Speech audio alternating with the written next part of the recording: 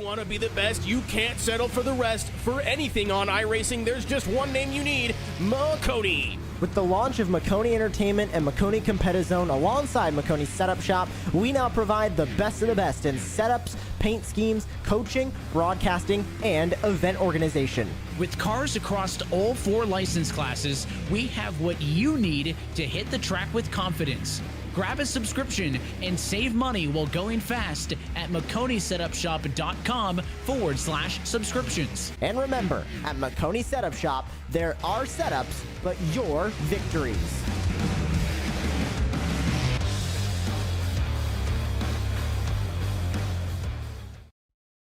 Racing isn't easy, but experiencing it is. iRacing puts you in the driver's seat with the industry's leading sim racing game. Drive on laser scan replicas of the greatest racing circuits from around the world. Go head-to-head against other drivers chosen by skill-based matchmaking to ensure competitive racing at every level. Compete across all your favorite series. In officially licensed cars, engineered to deliver the most accurate driving experience possible.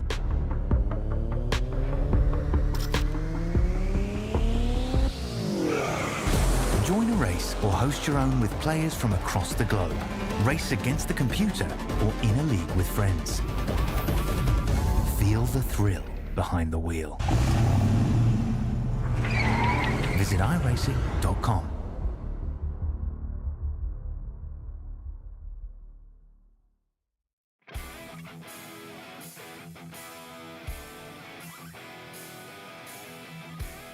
Good evening, everybody, and welcome to tonight's coverage of the Touring Kart League Challenge. The season 2 of this league is underway, and the drivers are more than excited to hit the track. This evening, we're excited to bring you the coverage of all the action from tonight from the iRacing Virtual Pocono Raceway in Long Pond, Pennsylvania. Maconi Entertainment is here to bring you all the action from all types of racing, including the weekly Fast Friday series. No matter what you're racing, we can bring all the action to life. My name is Jeremy Briggs, and joining me in the booth is Sean Monday with Christian Hill, working the controls as a producer for tonight's race. I am extremely excited to be here. Just got done hanging out at Pocono. Shane, we've got plenty of action done in the first 9 weeks. We're here at the Tricky Triangle of Pocono. What do you expect tonight? Well, I've been watching some of these guys making practice laps here, and I think you can kind of expect a bunch of different approaches to the corners, especially turn 3. Every turn at this place is completely different, so you kind of have your choice of what lane you'd like to run here. So especially in 3, you'll see some guys wrapping the bottom, some way up top, and some maybe even in the middle. But it's going to be a great show. This place is great. A good field of cars tonight. Thank you so much for that insight. As we get ready to go roll this evening, looks like we've got cars on the track for qualifying. We'll check out our sponsors here. Extreme Zone.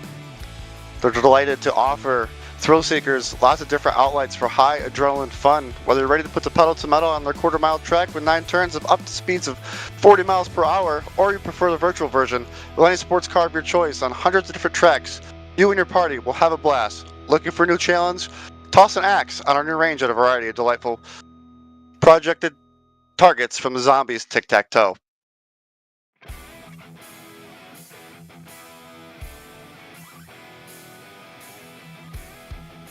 Up next on our sponsor list, it's all good, as the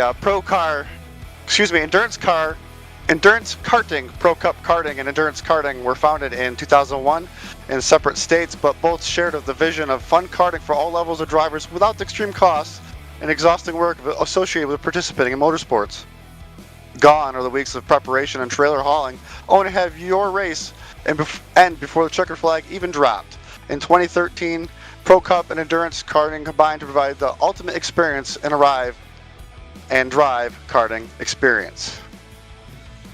Red Mist Podcast, welcome to our motorsports podcast where we discuss F1, IndyCar, IMSA, NASCAR, or our own racing adventures and some other adventures on the Red Mist Podcast.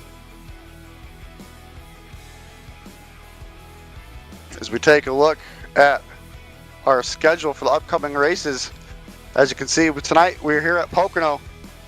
Up next is going to be Daytona, and that will be also broadcasted here with Maconi Entertainment. Darlington, man, that's a tough one right there. What are you thinking looking at the rest of the schedule? Gosh, I love Darlington. Atlanta is so much fun with how they've reconfigured that place. Watkins Glen, probably my favorite road course on the NASCAR circuit. You've got the high banks of the short track at Bristol, Kansas, Homestead. This is a great remaining schedule. I think we can expect a lot of action from a lot of these places, especially, I mean, you never know what to expect at Daytona, Atlanta, those drafting tracks, they'll get you. I'm honestly going to say I'm a little jealous looking at this schedule right now. Definitely a big variety of tracks coming up, and we're excited to see it. We're going to check out the points here and see who is leading up front after, I believe, 9 events. Stephen Hawthorne up there with the 381 points. 7 Hawthorne, excuse me, 381 points. Looks like a 99 point over Matt Haas. A close battle there for second with Colin Grace. Christian Leonard there in 4th, just hanging on tight. Then you got Brandon Devine there in 5th. They're all close there in a battle. What do you think is going to happen with the rest of these drivers? Well, as we're looking at qualifying right now, and we'll take a look at our lineup here in a moment. Hawthorne, our points leader, Haas, P2, Grace, they are all lined up. Right now, 1, 2, 3 in qualifying, exactly as they are in points. So that should tell you that these guys are going to stay in a tight battle. Obviously, it's going to take quite a bit of catching up to Hawthorne there. But the battle for second could really ramp up even tonight. There's still races remaining, but every race is important. Every point matters. You never know how important 1 point could end up being. 1 point can make or break your championship and your championship hopes, and that can make drivers make desperate moves when we have desperate measures. As we take a look at this 2.5 mile triangular shaped oval with only 3 turns, opened back in 1968. Variety shapes has got basically 3 different turns, 3 different tracks. I believe they're actually specifically modeled after different tracks. I am not sure what they are, but the track temperature right now is 86 degrees, and it's going to make for some slippery racing. Yeah, absolutely. You notice on the screen there, it's 6 to 14 degrees of banking. They range. So every corner here, when we say they're different, turn 1, you see it's kind of the same distance as turn 3, but it is a lot steeper. The tunnel turn is what they've dubbed it. It's turn 2 at the top of your screen. That one's a little more of an abrupt corner. You get through there pretty quick, but it's a tricky corner. You can slip up there pretty good. It's got a little bit of banking to it. And then in turn 3, down after that long straightaway, it is completely flat out just about. Maybe not completely flat, but it's the flattest turn on the circuit, and probably the one where you're going to see maybe the most passing opportunities out of the 3, in my opinion. One thing I will say, this track is definitely going to be momentum based, and like you said, you got to hit these corners right because you can lose so much on these extremely long straightaways. Especially in this next gen car, aero push, we hear it talked about a lot. Watched a couple NIS races, took part in one myself this week, spotted for a teammate yesterday, and that tunnel turn specifically, some of these guys might make the mistake of getting under that yellow line, kind of down on the flat, the apron. And that can absolutely just wreck your turn 2. You'll go right up into the fence on exit of it. It's a tricky corner. All of them are. They call it the tricky triangle, after all. Tricky is correct, as I believe all drivers are now qualified. To my knowledge, we'll take a look at our grid. All right. Looks like we got some time here to kill. Track temperature does seem to be dropping. The temperature right now in the sim the time right now in the sim is 3 o'clock in the afternoon. Speed limit on pit road will be 55. Looks like this will be a 80 lap event. Got a little bit of wind in the area as well, coming northwest. It's gonna be interesting to see how that might affect some of these straightaway speeds. And definitely want to be on the gas when it's time to go, because if you slip up, like I said earlier, it's going to hurt your turn, and you're just going to lose so much track time. And with just a few competitors, you're going to want to stay close to be there at the end.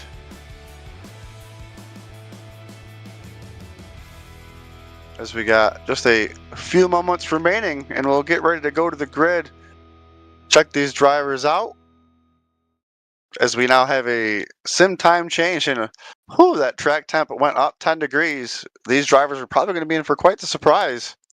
Yeah, Looks like this we place advanced an can hour. Oh, sorry, Jeremy. It's what I was gonna add is that temperature increase. This place can already be kind of mean on your tires, so I think you could also expect maybe to see who manages their tires the best. The pole was won by over 0.2 of a second, I think. So it could be interesting to see how much fall off these guys will have after maybe 10 laps or so. We'll definitely keep an eye on the track times. We'll take a look at our lineup. 7 Hawthorne right up there, like you said, 0.2 faster. Monster lap. Matt Haas there in second. Colin Grace there in third. Daniel Selway in fourth. Ryan Kilbashin in fifth. Brandon Devine in sixth. Then we got P7's going to be Christian Barker in the number 99 car. Definitely not the lap he was looking for. Colin Good to his outside. Grant Palmer in the 6th Chevrolet back in 9th.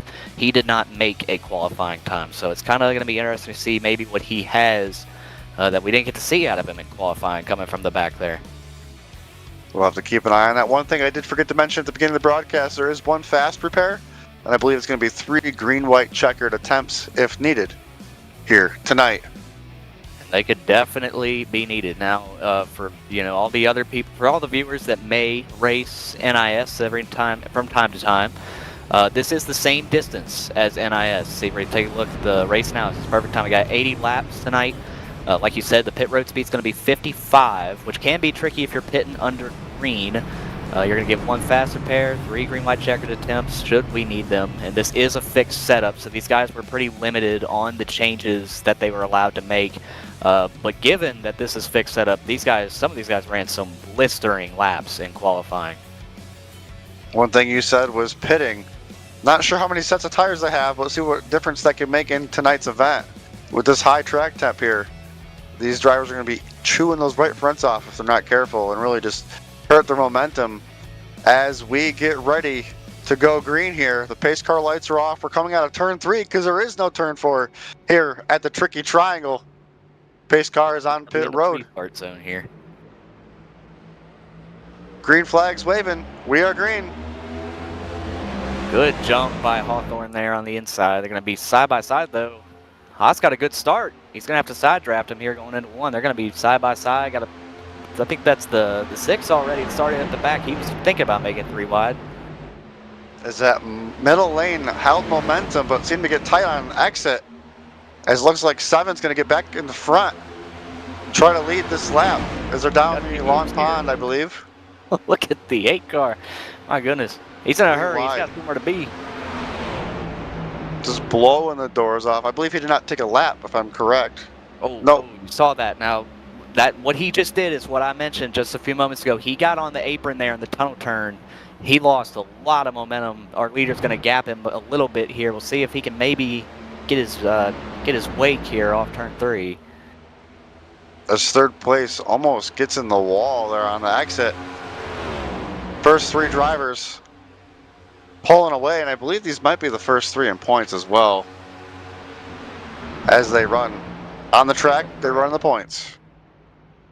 Yeah, but exactly where they started. So, yep, that's the top 3 in points. The 8 really tight there off turn 1. Whoo! Holding my steering wheel tight, and I'm not even on the track. Looks like we got a nice battle here. Up here for 4th. Sorry. Yep, yep, you're good. We were going exactly to the same spot there for 4th place, as we got about 4 cars there battling for that 4th spot. As we are going to be coming around for lap number 2. The 99 in P8, that's Christian Barker, Colin Good at the back right now. The 9 is that cookout car, maybe off turn 3, that last lap. Saw a little bit of smoke back there. I'm not sure if he maybe got loose and had to save it, but here's that battle for 4th. Like I said, that track temp rising, that might be catching some of these drivers off guard here early. Gonna get some heat in these tires quicker than normal. That middle lane just gets clear. The 10 car, Ryan Kilbashin, really making some moves here. As they're bump drafted. His bumper. I mean, he's gonna now. You got to be careful with that here. Oh, he's blinking a little bit too. But you got to be careful pushing into these corners, especially the tunnel turn. If you give them too much momentum on the entry into one of these corners, they're just gonna plow tight up to the fence. But looks like he'll be all right here. the top two breaking away from P3 a little bit there. Hawthorne and Haas ran the fastest lap of the race that last time around. But the 18, or our race leader, was not much slower. Right there for position 1 and 2, still side by side here. Those 4 cars battling for that position. Really good battle too. These 2 cars in the back, you know, they're not setting rocket speed for laps, but they could be saving a little bit of tires here. If this seems to go green all the way. Now P5 back here, I believe that's the Me car. Right there. Or no, sorry, that's the Genshin Impact Toyota there, the P5 of Divine. He just ran his fastest lap of the race that last time around, and he was actually 2/10 quicker than Ryan in that number 10 car in front of him that last lap. That draft might be playing a big role right there, but like you said, they get arrow tight as we're going to have a battle for the lead down the straightaway. You see he's doing that now. You see that? Oh my goodness. Now maybe not that low. I was going to say you see this at Pocono in real life from time to time. They block, they snake, they kind of look like a snake down the front stretch. Here he comes, strong move to the outside, but he really overshot that. Wow, pushed wicked tight there, arrow tight. Probably the name of the game right there. Entirely arrow tight. I think he just carried way too much momentum in there. I'm not sure if he might have downshifted too quickly, if he did downshift from 5th to 4th there, and Colin Grace is right here hoping to take advantage of that slip up. So they got their tires right on that yellow. Now the 8, you saw it kind of bobble a little bit. When those tires get on that painted line, that paint has no grip. It's kind of like ice. You don't want to touch that yellow line. See right there, that yellow line. And these seams in turn 3, when the tires go over them, right there. When the car goes over the seams, big moment. Loses all grip. It's really difficult to get through turn 3 right. You got to know just how much speed your car can carry, not just yourself. Status of your tires, everything. And like you said, they slip up on exit, kills that momentum all the way down the straightaway. Back to that moment with Haas and Hawthorne. Like we had said earlier, when you're pushing the other car in front of you, you kind of lose sight of where you are on the track. That might have played the role there, you know, carrying more momentum than the driver in front of him, and just might have lost sight where he was. But he has gained all that time right back, not messing around. Yeah, he definitely paid the price lap time-wise that last time, but I'm thinking he's probably going to make that up pretty good here. I think he's a little bit better than the 18, but like you said, he could be saving tire here. I mean, we're kind of getting to that point. We're going to be 6 laps into this race right here at the line. I said maybe about 10, 15 laps, you might notice more fall off. And here we go, same song, second verse, all the way down to that paint. Trying to break that draft, but Haas right there in his tire tracks. That's not going to really help much when the driver just follows you down anyways. If anything, you're just maybe wearing a little bit on your tires going left and right. Maybe, you know, if you're trying to save your tires, it looks like the 8 car might have just gotten to the wall a little bit right there on exit. Close. I think 18 ahead of him got a little close to it, and you just mentioned it a moment ago, Jeremy, about how you kind of make them. We're all kind of guilty of it. If you know, if you're iRacers, we're all guilty of it at some point where you kind of. And that's why I bring it up. Yep. Kind of base what you're doing on what the guy in front of you is doing, and sometimes he can lead you off a cliff if that makes sense. It's like, well, he got into that turn great, and then you're into that turn even greater. But guess what? He's making a turn, and you're not. And we're talking about these two here, but Colin Grace has not faded that much. As a matter of fact, he's catching these guys. Ran just as good of a lap that last time as they did. P4 on back has definitely slipped lap time-wise. I mean, we're talking 3 to 4 tenths slower in 4th than our race leader that last time. The 8 car of Haas trying to figure out the right way to get around this 18 car. Kind of seems to be, you know, the arrow blocking's kind of in play, it looks like. Not on purpose, but just racing his line up front. And like you said, bring that 27 car right into the picture. Oh, but he's very out of shape back there. No. Oh no, he's wrecking. And he's going to go around. He's going to just tap the wall. He's got some damage on the right front of that monster Chevrolet as well. Might be coming to pit road here. Be some toe damage to that thing. He's taking the access road, but I mean, I can't imagine you wouldn't want tires after that slide. Oh, there's a crash above him. Colin Good, I believe, has gone around, and Barker up on the front stretch here. They're slow. Action everywhere. Still green on the track. The 9's got damage on the left front and the left rear. That thing, yeah, that thing's hurt. You can tell by the way it's steering. He's having to turn the wheel a little bit of an uncomfortable. Oh my goodness, let's look back at Barker in P8 there. That car is missing its front end. What on earth? Oh man. They do have a fast repair. We'll take a look at this replay of Colin here. Colin Grace, sorry. He gets loose off too, and oh my goodness, he was fighting it for a while. Saved that thing for an hour. Just little taps. I do mention they have that fast repair. Not sure if he used it, but that toe damage right there could definitely be the key. But it looks like he is still on pit road trying to just use it time-wise. I don't think he's going to use this fast repair. We're going to cut over to the second incident here. The other Colin Good. Oh, 99 loose ahead of him. Oh my goodness. They were both wrecking loose there, it looks like. Now these two are cars that I think you might want to use those fast repairs on. They're pretty hurt. Like you said, that 10 lap mark was going to be the flip of a switch in a way, and it definitely flipped. Yeah, so you see right here off 3, I'm not sure if maybe... They both did the same thing. They both got loose at the same time. I can't help but wonder if maybe that 27, and this might sound stupid, but the 27 on the apron there, you know, he could have been looking at him and just not focused as much on his line. I'm not saying that's exactly what happened, but anything can throw you off. Anything different in your visibility. See, the 9's loose first. That looked like, could the air have gotten him loose? I don't, not on the inside, I don't think like that. But like you said, I've been guilty of it myself. You're just kind of looking at, oh, look, a car. And then all of a sudden you're just got too much wheel on exit, like you said. And they just didn't, looks like they didn't go straight enough on exit and they had that wheel in it. And might have had too much throttle on exit there as well. Now, Colin Good and Christian Barker, like I said, they did both use their fast repair. They're both headed back out onto the racetrack. Colin Grace, the monster Chevrolet that you saw with lighter damage, he is back on the track. He went through about 55 seconds on his pit stop, so he did not use his fast repair. He will still have that in his back pocket, as you see the 27 now in the 8th position. As Hawthorne and Haas still nose to tail up front. I don't know if Haas is just playing games or just can't get around him. I mean, he is still just hanging out. I mean, like nothing's changed, and it's just these two. I mean, there is nobody out back.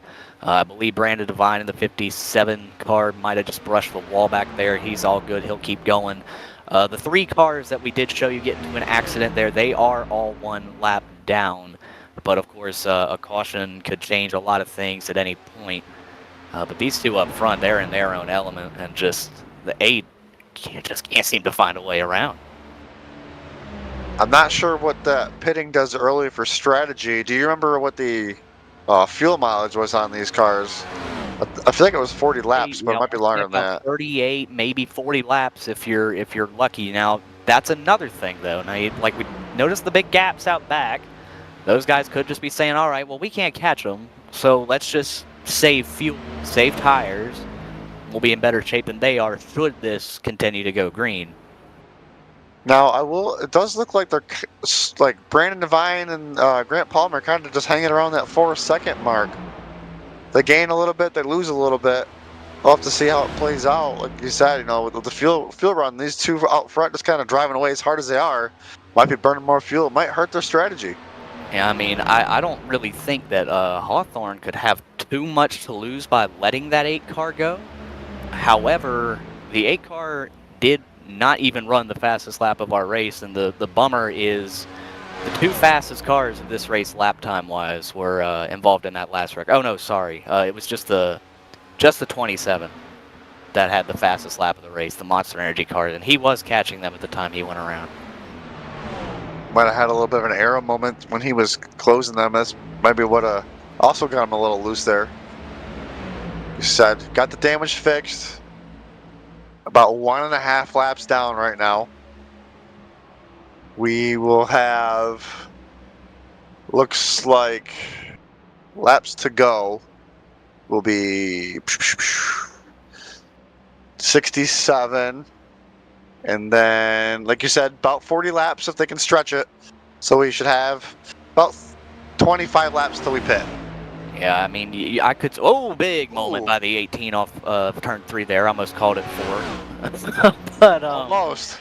I mean, you could 1 to 2 stop this race. It really just depends. We got one car in some trouble off the tunnel turn. P7 Colin Good, I believe. The number 9 there. Yep. Stop. Could we get a? Yep, caution is out. Now that's going to change things because I mean at this point you're definitely going to pit.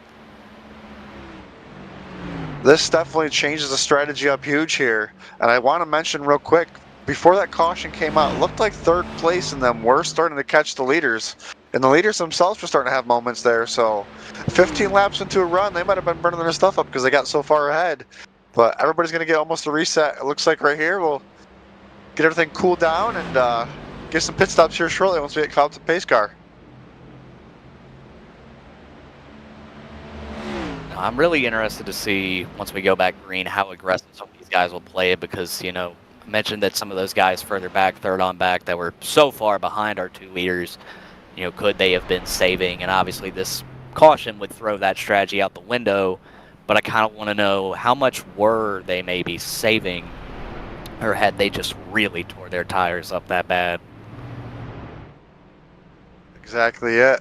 Well, this would be a good time for them to get some fresh tires and look at their tire percentages from their crews and get an idea where they are tire wear wise. And we might see some different racing when we go back green here, just because, you know, they might notice some extra wear in places they don't want this early on. Like I said, only 15 laps in.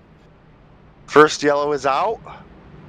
You see at the top of your screen, fastest lap of the race was Colin Grace, ran a 53.66, and that is well over a 10th over the next guy in line, and that would be our second place runner, Matt Haas, actually, 53.77. Stephen Hawthorne has, or 7 Hawthorne, sorry, 53.85 on his best lap. As the pace car brings them out of turn 3, the drivers will make left-hand turns and get ready to come down pit road. I'm not sure if they have lucky dogs or if everybody gets to wave around. I believe they'll stay out because it pretty much all pitted just now. Try to get their laps back and maybe change the strategy up as the late lap cars. Looks like even the lap down cars are coming as well. We get caution here. Coming down. I mean, I would figure at this stage right now, you're going to take 4 tires. You're going to get as much fuel in it as you possibly can. But like I said, you're either going to 1 to 2 stop this, and now I think this is officially turned into a 2-stop race. You're not going to be able to make it to the end on fuel here. So we'll see. These guys need some good stops. Got to beat that 18 out, especially that 8 car and box right behind him. Looks like the 99 of Barker is getting a lap back. As he stayed out. Not going down in turn 2 as the drivers come off pit road. The 27 comes off first. I believe he was a lap down. Yes, correct. So we'll have to see if they just push him to the back and get everybody reorganized. So it looks like 7, or no, it looks like Haas is going to be our leader off of pit road. Now, I don't think the 27 could wave here, given that he pitted. So it's I'm interested by this strategy. I feel like there's probably something I'm missing about it, but it's kind of a head scratcher to me. He only took fuel, maybe. He had a pretty short stop. 9.2 seconds is all the time he spent in his box, so at most he took 2, but nothing more than that. Like I said, he had just pitted, but it looks like they're going to push him to the back possibly. We'll have to see how this plays out. I believe we'll be coming to the 1 to go here. Yeah, and as we come back around. Well, like I said, these guys needed good stops. Who definitely got one is that 57, Brandon Devine, the Genshin Impact Toyota. He came out with a 14.8 second stop. Now in iRacing terms, that's really not that bad at all.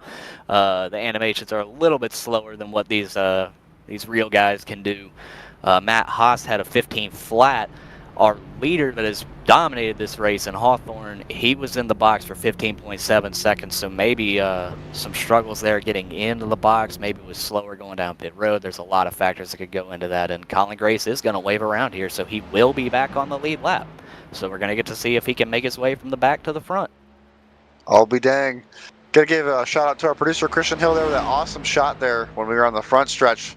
If iRacing ever implements that choose cone rule, that's going to be an awesome shot, as it looks like you said Grace is going to get the lap back with getting fuel and possibly 2 tires. Long ways to go though, as he is just getting turn 3. They're going to be coming to the tunnel turn. See if he can make it back around. Might even have looks like another car getting a wave around. Now, that's number one 9. unfortunate factor about about this racetrack. If you're going to get the wave around, it's a pretty long way around, but I think they should have time to get back around here. At least the 27 will. The 9 may cut it close. Yeah, 9 got slightly a little later start there, as it looks like they're just trying to get everybody reorganized. Now the 9 is the reason that our caution came out. That might be what that right front damage is. Oh man, he's about to lose it catching up here. But that is how he got that right front damage, I would presume. He already was in an incident earlier in the race, so his fast repair is gone. It's not good for the number 9 machine. As he, like you said, as I said, get the wave around. He's in turn 1. They're coming to turn 3. Looks like the 27 of Grace is going to get caught back up. The number 9, unfortunately, going to be coming out on an island on his own as he makes it to the tunnel turn. They're coming to the green flag as we come out of turn 3. The pace car makes the left-hand turn. As it looks like Haas and Divine will be our front row. We got lots of different names at different places. Green flag's out, and we're in the restart zone. It's like a good jump for Haas so far. 57 is going to get to tuck in behind him. He's going to chase him way down. Everybody trying to get organized here on their way into turn 1. So far, so good. They're just about singled out. Oh my goodness, tight between the 57 and the 18 there. Oh, almost an accident on 2 there. Woo! Wow. The 18 Our might leader. have had a bad turn 1. Look at these two out of nowhere. The 6 of Palmer What and the a race. 89 of Selway going into the tunnel turn. This is some great battle. Oh, close call there. Oh, we got contact up front for our leader. Getting the bumper from Divine. I mean, Grant Palmer came out of absolutely nowhere. That's the Talladega Nights, the Me paint scheme up there. My goodness, he might get the momentum and take the lead right here off turn 3. He is. What a power moves. I believe 7 was behind. Oh, we got 1. Oh, gonna save it. Stays clean and green. The 18 has made his way to 2nd, so this is the true challenge now for the 6 car. Can he hold back the dominant car of the day? The 8 is struggling out back, which is unfortunate. I mean, he got a good stop, came out ahead of the 18. He's not going to be able to capitalize on it. There might be, not sure if it's just the headlight decals on that new Camry, but I think there might be some right front damage on that car. Not sure if it's the decal or the shadow. Well, we'll take a look at that. But like you said, running 2nd there and just kind of falling back to 4th as 7. Grace, sorry. Go ahead. 7 making this look easy. Goes back to the lead right through turn 3.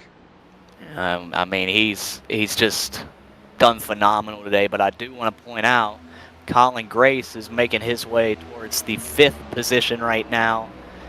He just got the wave around. Oh, man, that was close. Oh, whew, big block. Big block. 3 wide into turn 1. Big move by Divine. This is going to be a wreck.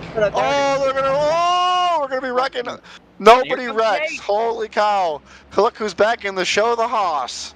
And Divine. Haas.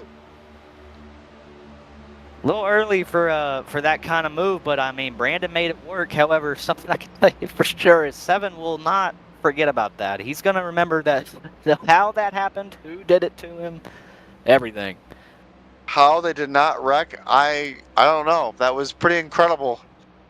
Yeah, that 6 car, I mean, he made an amazing power move to get up to the front. And I don't even really think to any fault of his own, just got kicked all the way back to the 6th position because of all that action in turn 1 that last lap. 57 lead this lap.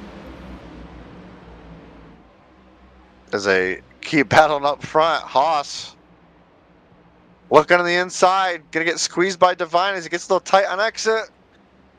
Hawthorne 7 gonna be right there. Gonna use that momentum on the top, gonna make the pass work. 7 back to second. What is he gonna do with Divine? I think if Haas wants to get around 7, this would be a great time to do it because he's not. I mean, the 18 is also in dirty air right now, so he needs to set him up and get by him. Start planning on getting around the 57. Now, there's plenty of time left, and I'm sure he knows that. And the 10 car up here as well. Haven't heard much out of him today, but Ryan Kilbashian. Speaking of the Haas devil, was. I got him loose. My bad. That's announcer jinx. Haas was extremely loose there on the exit of 3. That's where we kind of seem to have all of our big moments. The 9 car also in the back there, Colin Good, is on the same straightaway. Just a few seconds back right now, 15 seconds. Oh, the leaders almost made contact. That's going to bring Haas back into the picture. I mean, he's going to make his move. That was a big moment. I believe Divine was just hanging on the outside of Hawthorne, tried to make the pass. It didn't work. I think, yeah, so he gets by the 18. I don't think the 18 might have cut him a break there, might have let him go. The 18's definitely had a little bit over him today, but we'll see if the 8 can rope in the 57. The 18 might have let him go, be like, all right, you go get that 57. I'll go get both of you after you, after you slow each other up for me. They burn their stuff up on exits. This is some great racing, as everybody has themselves organized quite well. Looks like the top 5 within a second here.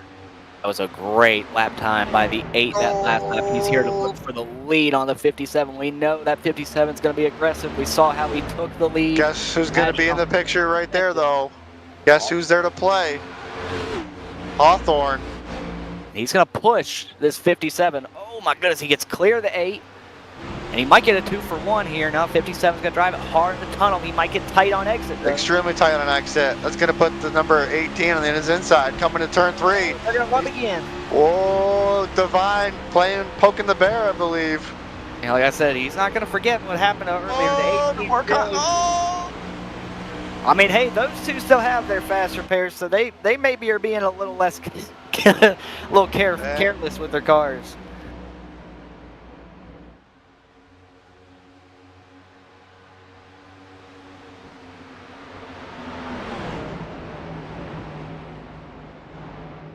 Well, 57 over drove turn 1 a little bit there. 18's going to be right with him down this straightaway, heading to the tunnel turn. The 10 has now taken over 3rd from Haas, and the 6 is back in the picture as well. 10's going to have a big run here. 57 got extremely tight in the preferred lane in my eyes, but contact. Yeah, 10 sent it in really hard there. The 8's going to push him. That was a sketchy push, make it work. 10 should clear the 57 for a moment, but the 57 is going to get the momentum on the top. Now the 8 basically gets to decide, get second here. Narrowly misses the 10. The 8 getting a good push right here. Might open the door with Divine trying to chase. That 10, I mean, this is great racing. I mean, it's so momentum based right now. These guys are getting great runs. Definitely a lot different from that first run that we saw. They were getting a lot more strung out. And these guys are not afraid to make some bold moves, draft with each other, rough each other up a little bit. Like to see that. Almost deja vu, as Haas is all over Divine trying to get position number 2. That way Hawthorne and Haas will be 1 and 2 again, as we were before the caution came out. Haas just trying to keep that nose in clean air on that bottom, not working. As Divine comes down the track, trying to get momentum on the exit. And now we're kind of getting back to a little bit of spacing between these guys, but it's still mainly the top 6 all together right now. 7th is about over a second back. The 99 and 9 cars, they are way back behind the pack. Oh, 8 in the wall. So it's going to bring the 6 to get around them. I was just going to say that the 57 should just work with somebody behind them. That way they can get a push and catch back up to our leader and start slicing and dicing again. Because obviously Divine knows that 7 Hawthorne is the class of the field right now. And the only way he's going to get around him is to rough him up a little bit. So I think Divine's best move right here is to just try to find somebody to give him some help and get up there and get him. And I mean, these guys they're making really bold moves to get by each other, but that's the thing, you have to. It's so hard to pass here in this car. Big slide for Colin Grace out back. He saves it. But you have to take every run you can because you don't know if or when you'll get another chance to get past that car in front of you. Absolutely understandable, as you said, Grace continuing to have very big moments on exit. Seems to be fighting very loose conditions in that car of the number 27 machine. I think he might coming be into tires right now a little bit. He's pretty all over the place. Grace was third coming into tonight's points. Needs to definitely gain some more position so he doesn't lose too much from the leaders. As if I remember correctly, Hawthorne had a 100-point lead, or 99, 98-point lead coming into tonight. So these drivers on through the tunnel turn. He's going to try and get third here, and he's going to take it with ease. Made that look very easy. Made that look very easy for sure. Run here on the straightaway. We'll see if he decides to push the 8 or if he'll go for the pass again. I'm kind of with you. There you go. He's making the right move. I think these guys really need to just help each other out. I don't know who's got anything for Hawthorne up there in P1. Exactly. You just got to be there at the end, and Hawthorne seems to just slightly be creeping away. I think everybody's starting to use up the right fronts just a tad now, as we're pretty strung out. Amazing lap that last time, 53.7, which is about, man, that's like maybe lap 3/10 faster than the previous lap for our leader, 2/10 faster than our guy running second in Divine. So that 8's coming. That push probably helped when they came to the line, getting this next lap started. We'll have to see what the times look like here as the 8 of Haas trying to reel in Hawthorne. About 1.5 seconds back right now. Needs a lot to get up there though. As the laps are starting to wind down. We've got 50 laps to go. 51, I believe. But we're close. 51 to go. 6 car here. He's still helping Haas at the moment. And look at the gap out behind 5th. Colin Grace is fighting with the 89 of Daniel Selway at the moment. Over 2 seconds behind 5th place right now. Oh, big moment coming out of the tunnel there. As it looks like the 6 car had enough of helping. And as a 10 car both of them of Ryan Kabashin now in the picture. We're 3 wide. Oh, almost contact 2 wide now coming through turn 3. The 6 is going to prevail. He made a good call there. He was able to back out of it. He was definitely going to get into the left rear of that 6. That probably would not have ended too pretty. Our race leader is gone from Brandon Devine, though. Hawthorne by a second right now as they head to turn 1 here. Before they were battling for position there for 3rd, they actually were starting to catch the leader. But now that Hawthorne's just kind of out there on his own, and like you said, class of his own as we're trying to get these laps wound down. And we're nearing the halfway point. It's still a long way to go here at Pocono. So these guys, you know, they don't need to get too greedy, especially, you know, the select few that have already used their fast repair now. However, pretty sure basically everybody in the top 6 right now still has theirs. So they can throw caution to the wind if they desire, but I think it's still a little too early to be stressing too much about where they're running. Just manage your track position at the moment. I'm not sure how many laps it's been since we took the green. I should have kept that note somewhere, but we are, I would assume, probably halfway on this fuel run. And I believe we would have to make one more pit stop. I wonder if any of these drivers, we're about 17 laps in on this run. So like I said, we're about halfway on this fuel run. If not halfway, we'll have to see how it starts to play out as the lap's starting to wind down. And the 57 has continued to fade. His lap time's fallen way off from everybody else. I think he's definitely chewed up his right front, right rear, maybe both. The 6 is going to fight really hard to get by him because the 6 is matching lap times with Hawthorne, our leader right now. I might be wrong, but Divine might have taken 2 tires. I can't remember because he did come out as a leader, I believe. So he did take 4. He just had a wonderful pit stop. Gotcha. All right. iRacing gods bless them with a beautiful pit stop. Happens every now and then, but the 6 is here, and the 8, now Haas has a decision. He's going to go with him. So the 6 should have the momentum here, but the problem is, all right, well, he's going to overdrive. I was going to say that you get, oh, well, might not matter. The 6 is going to go Oh! slide here. He hangs onto it, and Oh, no, he doesn't. head on. Oh, that's going to bring out a yellow. Oh, man. Well, that will be his first fast repair. Now, here's the problem.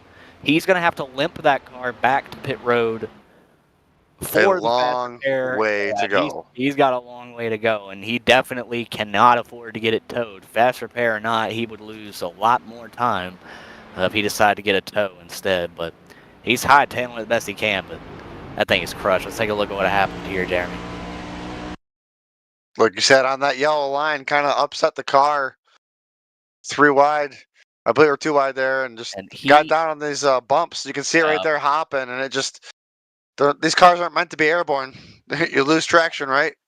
As soon as he had it saved, but once it hit those bumps, he was probably, he might not have gotten out of the gas that much. You know, when you're sideways, sometimes you can gas it up and you'll save it that way.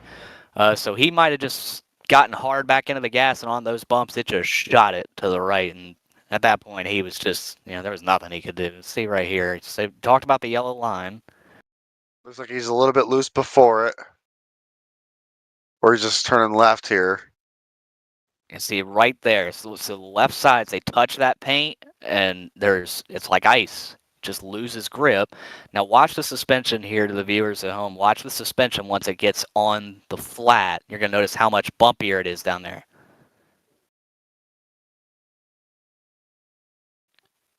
Right there. Oh, gorgeous shot. Look at that. The second that it hopped, when it landed flat, and you can tell by looking at those rear wheels, he's still hard in the gas. So at that point, he probably thought he had it saved, but as soon as it got off the ground and went back down, it was over at that point. And also, he might be putting a little bit of wheel to the right, trying to come back up on the track. And when you're jumping over those bumps like that, you know, it probably really just magnifies how much wheel you're putting into it. It looks like he caught up to the field, and everybody's coming down pit road. It looks like he'll definitely get a fast repair. And I would assume everybody's going to get 4 tires and fuel as we're almost to the halfway point. He not only did he limp it back to pit road, he caught the field so he could pit with them. And because of the fast repair, he's really not going to be that off of them, other than just the fact he's pitting further behind them. Position-wise. Very lucky break for the number 6 machine of Grant Palmer. As those two, it looks like they both kind of follow in the footsteps there. This sometimes happens. Looks like everybody's going to be taking 4 tires.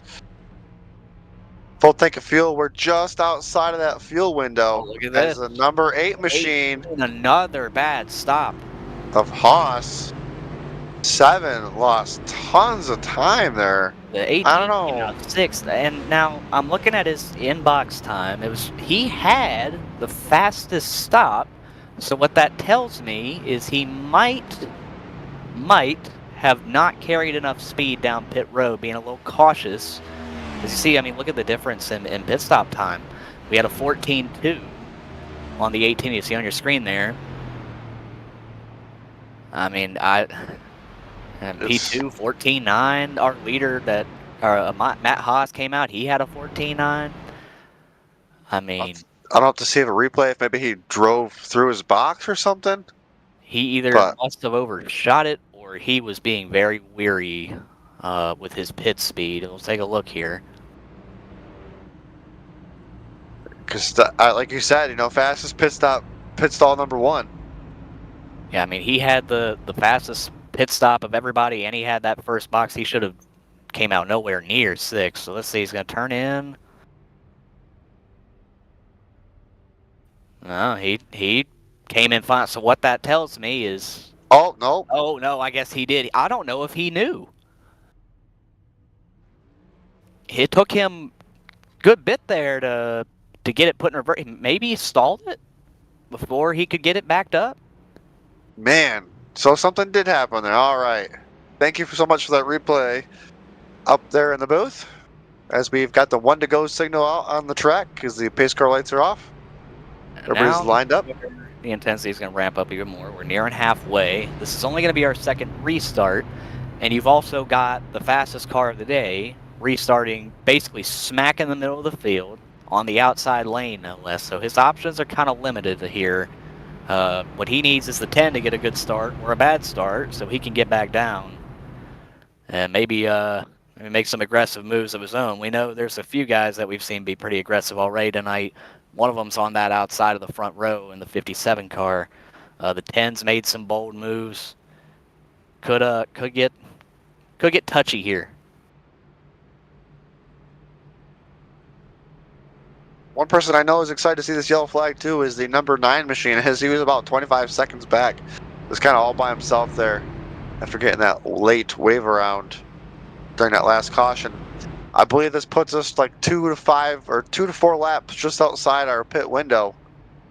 We will have to see what these drivers can do to save enough fuel if somebody decides to just stay out there half throttle and win this thing, because it's a big track. You know, pitting, you know, is it really an option right now? I think right now you're probably gonna, I mean, it's gonna be so close on fuel. I'm sure a lot of these guys have had that clutch pedal to the floor under this caution trying to save all they can, but it gets a little harder to save now because we're going back up through the gears. And when they're going through the gears and everybody's bunched back up, that means we're burning more fuel. Green flag's back in the air. We're green here on the Maconi Entertainment Broadcast Network. Here. He got a great launch. This 89 car in P3 here, Daniel Selway, we haven't seen a lot out of him. But here he is to the inside for second. And the 18 is stuck on the top of a 3 wide situation. That might get a little tight here off turn 1. Oh, big moment. Man, I don't know how they didn't wreck right there. The 6 car that was just the cause of the caution. Slicing and dicing now. Yeah, God bless the fast repair. He's right back in it. He just got to make sure he don't tear it up again because he won't get another shot at it. Exactly. We're only coming to about 43, 42 laps to go. Fast repair's gone. You got to be careful. This is a perfect opportunity for this number 8 of Haas. Been kind of there all day. 18's working on the 89 for third, but the 57, he's filling the mirror of Matt Haas. And these guys are all, I mean, everybody on the front stretch here going top to bottom. These guys both overdriving turn 1. That makes it pretty easy for 7 just to make up all that ground. Oh. Great turn 1. 18 had a beautiful turn 1. I don't know how he made that stick, but he's going to be flying into the tunnel turn here. These are cars are going almost 180 plus miles an hour into turn 2. Oh my goodness! Oh, he's going to be chewing everybody up. He's going to be in the lead in a lap or half a lap. He is flying. I mean, he's doing stuff that nobody else has even come close to being able to. If 7 wins this race, I'll be shocked. And there's a 57. He had a moment there. Both cars had a moment there. 7 and Divine both loose off of 3. Almost said 2. Forgot what corner we were in there. As everybody continues here into turn 1. Oh my goodness, the 18 did run the fastest lap of the race that last lap. There's the lead right here. I wanted to compare it. Matt Haas ran a 53.90 that last lap. Pass. Hawthorne, complete. 53.64, and he is to the lead. Boy, oh my goodness. I don't know if Haas is just overdriving his exits, but he had no speed going down that straightaway, and it just made easy work for the number 18 machine of 7 Hawthorne. As we're now side by side for second, coming through turn 3 onto the front stretch as they get it straightened up. Gonna be nose to tail. We'll see if they can make a pass on the leader. And now they're gonna try and stay in his draft, and I mean they're gonna have to really try and put some pressure on 7 here if they want a shot at it. I wouldn't be shocked to see a dive bomb out of one of these guys to his inside or try and get a big run to the top. So far, so good here. 8 big into the wall there as he tried to back up the turn and get a great exit. It's going to open up the door for Divine to take second place as the 8 pancaked the wall pretty hard there. Yeah, he's still going to be side by side for second here. I think there might actually be damage on the right front of it now. Yeah, I think that definitely looks a little flexed in. Now, he could also have some toe damage. Oh my gosh, the 89 backed out. I thought we were going to be 3 wide for third into turn 3. I would assume the 89 knows that the 8 is damaged. Definitely some fender pushed in there on the right front of that 8 car.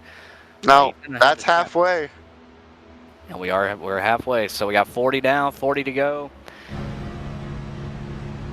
I'm gonna say they can't make it on fuel. I mean, they're especially with how hard they're pushing down into these corners. I mean, they're just. Oh my goodness! Oh, here comes Oh, the stick out of nowhere. Oh my goodness! Monster move. Haas just backing up now with that damage to the right front. Haas could really use a caution to get that fixed. And Palmer and Selway need to make kind of quick work of him because, I mean, not only is his damage slowing him down, but because maybe toe link issues, might not be able to steer it as good. It's also hurting him aerodynamically. You see it there.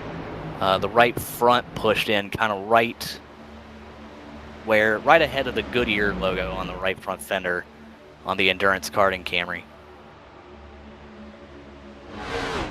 It's Matt Haas. You'll be able to get you can see it right there. Yep. You can see the crease where the fender is actually broken because that's where they join together on these cars, is on the right front there. So the seam is broken. If I was Haas, I'm thinking fast repair with the damage that is. I mean, I feel like he'll take that fast repair, but I think it's going to have to be if there's a caution, because I mean there's probably many mixed strategies in this situation, but with that kind of damage specifically, I find it very hard to believe that his steering isn't off to the right a little bit. I mean, if not more than a little bit.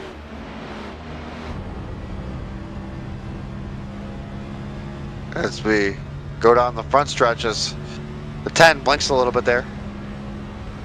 And this is Ryan Kilbosh, just a little bit to the right, just a touch. But I'm not sure if that's kind of built into the setup or not. Yeah, you can offset your steering wheel on fixed setup. There are a few things you can change on the fixed setup. You can change your steering pinion, steering offset. You can change your master cylinders. Oh my goodness, 6 gonna make it. I believe the 10 got into the wall and exit there. The 6 is just, I mean, he's up into third now. He's going to clear the 8 here, off the tunnel turn. And this is the car that we just saw go head on the wall. He's got that fast repair. He's right back in this. He's running good laps. Brandon Devine in the second position. He has definitely fallen off a bit. He's about 8 tenths behind our leader, 7 Hawthorne. Brandon Devine was 5th coming into tonight's points. See if he can gain enough points to jump into 4th, as I believe Christian Leonard is not even here tonight in the event. Our top 3 were 7 Hawthorne, Matt Haas, and Colin Grace. Like I said, about a 100-point lead for the leader of 7 Hawthorne in the points over Matt Haas. And then speaking of points, I'm not sure if this is scheduled or not, but Colin Grace, who came into this race, I believe 3rd in points, he is on pit road right now. Could he be trying to do a little mixed strategy and get it done and over with? I was just blinking. I thought maybe he backed out, but I think, well, let's see. I think he might be getting repairs here. That is the, oh, nope, he just used a fast repair. You watch the front end change. Fixed itself. He's going to go a lap down, unfortunately, with all this repair work. I believe we might have missed something that might have happened to him. I think he had some front end damage. He was involved in an incident earlier that he did not use his fast repair for, so thus he's going to use it now, and he does definitely lose a lap. Now, I would assume everybody's got a pit. 27's got it done and over with. Might have lost a lot of time though, having to take that fast repair. Yeah, he was in his pit box for 26 seconds, so it's going to be hard to get much of an advantage from that. A splash right here should take it to the end. Which is why it's going to be interesting to see if anyone goes fuel only. Got one brush in the wall out back there. I believe that was Colin Good maybe, or Barker? Can we take a look at Devine's times right now? I think Devine might be catching Hawthorne. Yeah, he was a 10th quicker than him there, and he's got that gap down. Mentioned that it was 8 tenths a moment ago. He's got it down to half a second now. So 7 could be backing it down a little bit, maybe trying to save. Because I was going to mention, maybe some of these guys saving tires so they could just take fuel when they do hit pit road. I think we're still a little bit away from seeing those stops. But a lot of these guys on that kind of strategy, they're hoping this stays green. As Divine closes on in. Like you said, is 7 trying to save a little bit of fuel? We'll have to find out. 7's been the class of the field. Probably has an idea, knows what he's doing right here. But like I said, I feel like they're about 5 laps short of their mark. Yeah, and you take a look at the top of your screen. That's a great graphic there, the battle for first graphic. That is showing the distance between Hawthorne and Divine. That's about 7/10 of a second. So Hawthorne definitely probably had a much better lap this time. Yeah, about 2/10 faster that time than Divine. So maybe when he caught him, maybe the 18 had a slip up that we didn't catch. There's a lot of things that could have been, but Divine's catching him a little bit here. Might be better than him in turn 1. Looks like 7 pulled away right there off of turn 1. And he's got Almost 3/10 to the third place car of Grant Palmer. Brandon Devine does, so he might have his hands full in a moment. We talked about the 6. I talked about how he's matching lap times with leader. Great tunnel turn for that number 6. One brush in the wall out back there. That's Selway. All good. Keeps it straight. They're on board here with Grant Palmer. Palmer putting the pressure on. If I was Palmer, I'd push this 57 down the straightaway and try to get a little bit of that lead back. Be caught up. Make his move here. He's got the run. He's going to try. So he's going to get to that left rear. He's going to side draft him all the way into turn 1. Now it's going to be a matter of who hits this corner better. Who's going to overdrive it? Who's maybe underdrive it? About even. Divine trying to hang out on his outside there. Into turn 1. Divine really tight. Looks like on the exit. Oh, man. We'll get the run off the top. The top is just so good on exit here. You can make the pass on the bottom, but a lot of the time you're going to need that guy outside of you to overdrive a corner. He's going to be close here. He's going to slide up. He's got it. Going to try and clear himself. He does, and he makes it clean, too. Now, while those two were battling, that allowed 7 Hawthorne, whose gap we mentioned was 7/10 of a second when last we talked about it. It is now 1.5 seconds. So that battle allowed him to get on the loud pedal a little bit and get out of there. We'll take an eye. Have to keep an eye on those times and see if the number 6 of Grant Palmer can catch up. We'll go through the rest of the field real quick as we got a little bit of time here, a little bit of a breather. Like we said, 7 Hawthorne up here in first place. Second was Palmer. And the number 6. There's Brandon Devine in the third position. Had a pretty solid day here so far. I mean, he's been both quiet and loud, but I mean, all things considered, I think it's been a great day for Brandon Devine in that 57 car. Yeah, he started in the 6th spot. Definitely would be a net improvement. Can't remember exactly where he came into here on points. Go back one more spot and you'll find Ryan Kilbashian, who's kind of quietly in the top 5 right now. Started there, but you know, he's kind of been up in the mix, falling back from time to time. But so far managing top 5 finish, but of course a lot of that could change once we get to those green flag stops. Should this stay green, we're coming back to 30 laps to go. And Jeremy, I'll turn it back to you because we got Matt Haas in the 6th spot right now. And Matt Haas was one of our front runners for the good portion of the day. Had a little bit of slip up there and got into the wall on this early on this run. He's kind of falling about 5 seconds back. It just keeps getting worse. Yeah, that right. Matt Haas is just waiting for a caution here. That's pretty much all his only savior, because trying to do a fast repair under green is really probably won't be that fast. And I did accidentally skip over our 5th place runner of Daniel Selway in the 89. There he is. My bad, Daniel. Sorry about that, Daniel. But he started in the 4th spot. But I mean, not too bad so far. Pretty sharp paint on this thing as well. I like that a lot. It was a mental health awareness car. Always like to see that. Got some Joe Gibbs vibes on there too, with Yahoo and auto owners, and throwing in some Chevy stuff. I like it. I like the variety. Looks good. Selway running top 5 right now. Quiet all day. Yeah, that's probably why we missed him. Our apologies. Yeah, it's Christian Barker in the 7th spot right now from good old Virginia, fellow Virginia's club member. Oh, really close to the wall there. I don't know if you're supposed to rip it like that. I don't even know if Reddick would go that high. But he started 7th. He's running there.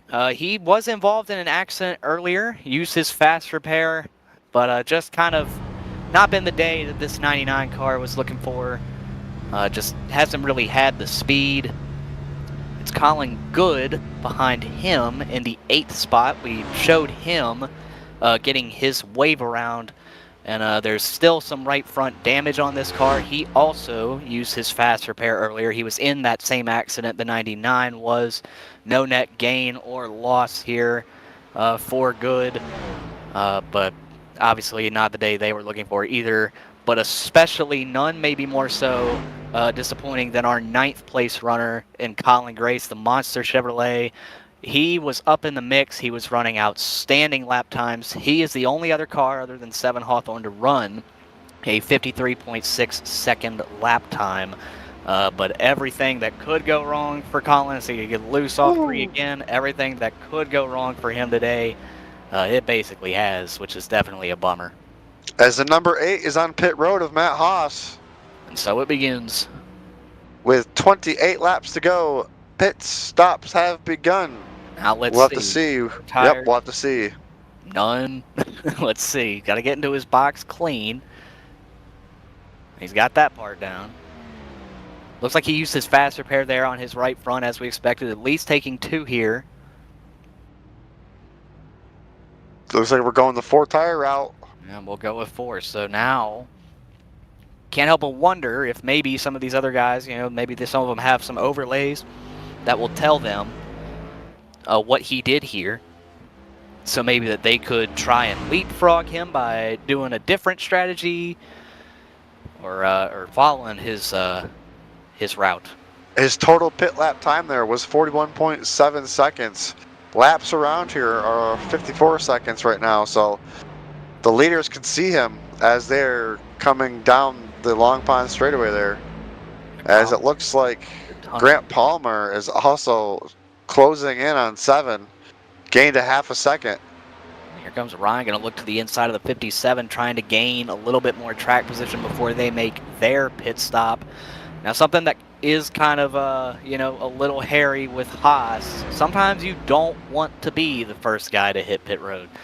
Because, sometimes you'll pit, and then everybody else will run way longer than you, so now you're burning up fresh tires, and then they're going to end up flying right by you. So I think Matt Haas, if these guys continue to run and go a little bit longer without pitting, nobody pit this time, maybe a caution would do him some good. He could stay out, be on similar tires at least to everybody else. We'll have to take a look at the next couple laps here for the number 8 machine of Haas compared to our leader, who's also got some pressure coming there from Grant Palmer. Is Palmer going to spoil the show tonight? He has definitely closed the gap 0.2 exactly faster that last time around, and the gap is under a second. We got a move here. This is going to be for the 3rd spot going into turn 3. Outside lane usually has momentum. As we touch doors just so slightly. Side by, 10 gets loose of Ryan Kilbashin. That's going to kill this. It's going to kill this lap for him. He's going to have to restart and just reel him back in. Now that slide, if I'm the 10 car, maybe bring it down pit road now. Upset the crap out of that right rear as the 57 of Divine goes all the way up to the wall, but Kilbashin just wraps the bottom and gains so much time. Let's take a look at Matt Haas's lap time this next time by. He's had a couple laps now on these tires. We'll have to see how he compares to our leader. I think this lap right here will be a really good test. He's at a turn 3 right now. Almost a collision there. Maybe a little slight contact between the 10 and 57 for the 3rd spot. The 10's going to get him into turn 3 this time, though. And the 8, he just ran a 54.27, so maybe not the lap times we were expecting, although he could be saving as the 10 continues to get very sideways on exit 3. Same thing this lap that happened last time around. I will say, though, Grant Palmer is there within a half a second. Can 7 Hawthorne seal this deal He's been really good on the short run, but as you can see now, he's ramping up. The 6 car was about just a little over a tenth actually, quicker than the 18 that last time. Matt Haas's last lap was a 54.27, by the way, for those keeping score. Grant Palmer's was a 53.99 there in the second spot, so he was the fastest car on track that lap. as the laps continue to wind down, we know, I believe, all but the 8 and the 99 can make it the rest of the way today on fuel. So we'll have to see when and if these leaders pit, because fuel strategy is fun. If everybody pits and you're the leader and you just want to roll around half throttle, it might play out for you.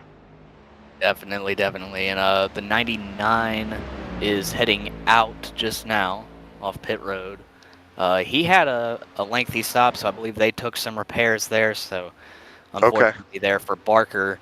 And Matt Haas, that we were expecting those lap times to pick up eventually. He was the fastest car on the racetrack that last lap, ran a 53.80 compared to our leader's 54.22. Okay, so he's finally got those tires warmed up and definitely making lap times now. As we got a yellow out back. 57, a Divine, slow on the track. I'm not sure what happened here. He is stopped right before 57, a Divine. Yep, he's got to get it looped around. I'm not sure. Now, he and the 10 had been battling. Not sure if there was contact here or not. Because they had gotten close to having a few moments with each other. Doesn't look like there's really any damage to this race car. Definitely got to check at this replay here in a second. My question is for the 8. Do we take right sides right here? Just to make sure. So he pit there, lap 52. I think he had about 4 or 5 laps. 59. So he's gonna. There's a tire difference. His tires are heated up. We'll take a look at this replay first. Talked about might have contact. Looks like the 57 checked up a little bit. Big contact with wall there for the 57. Yeah, I didn't think there was that much damage, but that's because it was all on the right side. Yeah, I don't know how much more you could really make of this. I mean, he gets out of the gas there for sure. And I guess at this point, the 10 was just committed to finishing it up. I mean, sometimes that's the I guess it is what it is. I mean, obviously disappointing. The 57 should have a fast repair still. I don't believe they've used theirs today. And these guys are coming off turn 3 here, so pit road, I believe, is going to be open and decision time. Looks like everybody will be coming down pit road. Oh, looks like we got a couple staying out. And one of them, I believe those. Surprise. Guess who? I believe those are lap cars. Matt Haas did stay out. He will be our leader. I almost would have maybe came down for right sides. Just in my opinion. A bad call. It'll be interesting here. We noticed his lap times were a little slower when he first came off. I said maybe saving tires. So it's just hard to tell. I mean, he's the only one that knows right now. Yep. If he was saving tires or just heating them, so maybe he wasn't that fast yet. It looks like the 18 should be getting off pit road a lot cleaner this time. He'll come out easily in the second position. Just like it should look when you're coming out of that first pit stall there for the number 18 of 7, Hawthorne, who's been pretty much our dominant force here tonight. The number 8 had to pit there, trying to do some flip-flop strategy because we knew he had to pit because there was no way they were going to make it to the end. So now that's going to put the number 8 of Haas on about 8 lap tires, green flag lap tires, in front of the field. Like you said, though, it took him a few laps to get those tires warmed up, so it might end up helping him fire off a little bit quicker and maybe break out to maybe a half a second lead. And we're going to have only about 19 laps to go when we come to green. And I mean, I'm kind of with you on the, maybe could have taken rights. That's a pretty good ways still. I mean, 18 laps even, that's plenty of time for these guys on fresher tires to take care of you. I mean, I'd argue even if it was a green-white checker, they'd have plenty of time, and he's going to be right there at him, so. We'll have to see how this restart plays out here for the number 8, Matt Haas, who's, quite a few points behind 7 Hawthorne in our point standings. I believe it's 99 points coming into tonight. So the Haas machine needs to gain, but unfortunately, 7 Hawthorne having just as good of a night, if not better. Is there now 1 to green? Yep, so this is that's where you put your money where your mouth is at this point. I mean, we could definitely see another caution. This will probably be the most intense restart we've seen today. It'll only be, I believe, our 3rd restart. Yep, but we've had 3 cautions now for 10 laps here. Not bad, out of 80. Definitely not bad. I've definitely seen way worse. Especially here. We've definitely seemed to be flying through this 80 laps, I tell you what.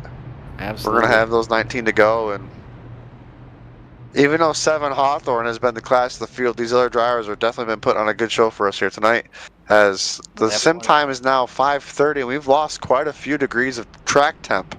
And we'll have to see if that plays in. Not sure if we get some cloud cover in the area as well. It looks like it says clear, so. But the track temp, I believe, is like 96 to start. So it's definitely dropped a few degrees.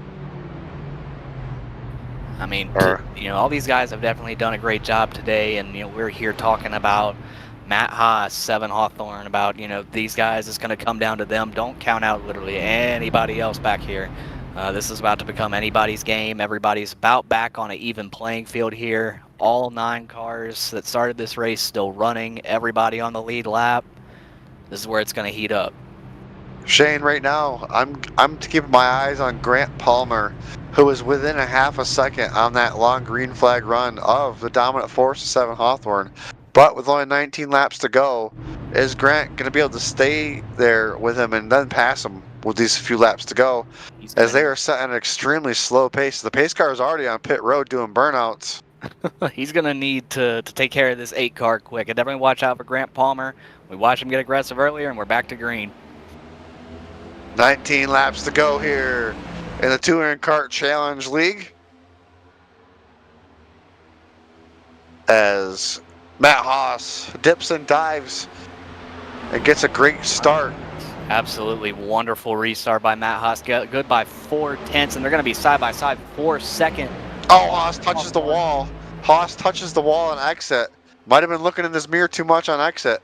These guys are really fanning out, and the 18 is going to be clear. The 6 is going to slide up in behind him, so Hawthorne good to 2nd.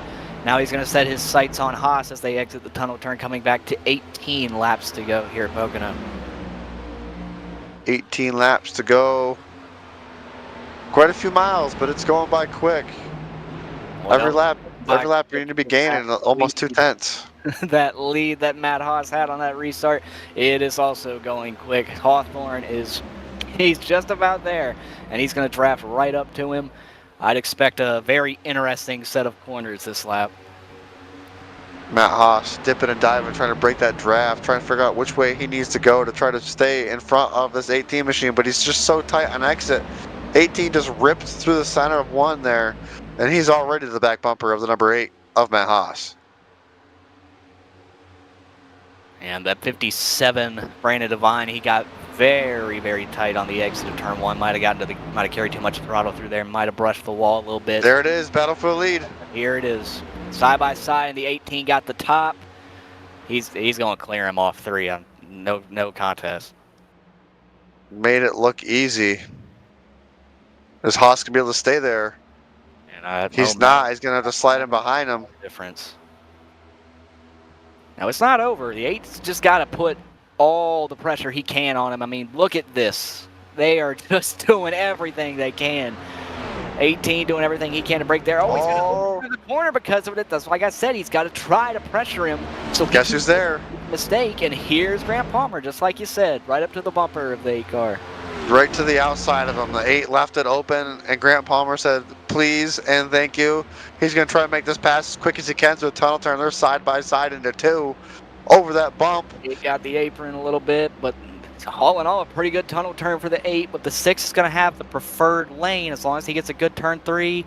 He's already clear. And he's already got it, so don't have to worry about it. That's exactly what Grant Palmer needs. Now he's going to come back to the line with 16 to go and try to go get that 18 car. We saw him roping him in, on that last green flag run. Can he do it this time and close it out? This time I also believe he gets to second place in the cleaner air quicker. We'll have to see how it plays out for him as that time by we're just over a half a second. And the 18 had a blistering lap that last time, so... He gets tired of exit 2, he's in the wall, leader's in the wall. The 8 in the wall. This is going to set up Palmer with a huge run down into the tunnel turn of 2. Forget lap times, this is on now. That was cake. Ken 7 Hawthorne rebound from that mishap. Is the damage that bad? He had pretty significant contact there. I don't know if there's any cosmetic damage from this angle, but it was definitely a pretty good lick he took, and the 6 took perfect advantage of it. 6 in clean air for the first time, just hanging out, knows what to do right here. Just stay up against the wall. Let him go on the inside of you. Grant Palmer trying to come in with the upset on 7 Hawthorne, who uses the high line, is going to get there. Nope, not going to get to his quarter. You want to talk Grant Palmer pulling the upset. He just set the fastest lap of the race. Speedy Gonzalez Palmer, let's go. He is on the loud pedal. When you get to this stage of the race, you are a different animal, and not talking about the Cougar on the hood of that Chevrolet. But the 18 backed up the entry to the tunnel turn. It's going to get him to the inside of the 6 this time. 6 should still have the preferred lane, but the 18 is going to pack it hard into turn 3. The 6 might try the cross. Oh, beautiful pass by Hawthorne back to the lead. Is the 6 know he's going to be there at the later end of this run anyways, and just kind of let him have it? Now, Brandon Devine, while this has been going on, he has gotten around Haas for that 3rd spot. So now he's watching this battle for the lead very closely. In case they slip up, he could take advantage and win this race. Especially if they get racing side by side with the few laps we got left. Really tight on exit there for 7. Everybody's calm and cool right now, coming to the tunnel turn. 7 just putting a master class on this field right now. Absolutely. I mean, he has done a great job all night. He's gapped the 6 of Grant Palmer now by about 3/10. Ran a great lap that last time. Grant just needs to focus in, make no mistakes, and try to make that 18 look in his mirror. Make him make that car wide. Make him overdrive one of these corners. We've seen it all day. And everybody's been making mistakes today as we've been watching, and we'll have to see if 7 can definitely keep it straight, because he's been one of the ones making mistakes too here late in the run. 7, judging by the points, has had a dominant season so far, over almost a 100-point lead coming into tonight. And the cars behind him in the points struggling to have a decent night, as Colin Grace found himself up into 5th finally. Brandon Devine is kind of closing these 2 down, running good laps. Don't count him out. The 6 also had a pretty good lap here. I wouldn't be surprised if maybe he was a little quicker than the 18 this lap, but time's a ticking, 12 to go. Like you said, just 12 laps to go. 7 not getting out to a really dominant lead like he's been doing all night. Everybody's still there. Any slip up, they can make something happen for sure. Absolutely. The 6 was a touch quicker than the 18 that time, but it wasn't by a whole lot, 0.04 of a second. Gonna need a lot more than that. But like you said, still right there in the mix. Good entry there into the tunnel turn. 57 was faster than both of them though. He ran a 53.75. They were in the 53.8 range. If I'm correct, Brandon Devine was the cause of our last caution. He has a fresh new car. When he went around off the front bumper of the 10, who's currently struggling back in the 6th spot right now. He's looking on these 2. Devine right there as you look at top with our awesome onboard cameras here from our producer. Right there in the mix, Brandon Devine gets a little tight in the center, loses a little bit. See if we can get a good draft here. Wall, I think they're off turn 1 just a little bit. It's going to hurt him though. 1, 2, and 3 just about all evenly split. It's a little closer for 3rd and 2nd right now.